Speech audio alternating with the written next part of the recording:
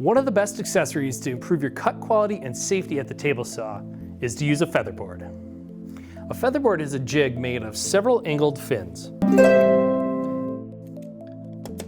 The featherboard is placed just in front of the blade, and the fins flex to press the workpiece against the fence, preventing it from moving backwards during a rip cut.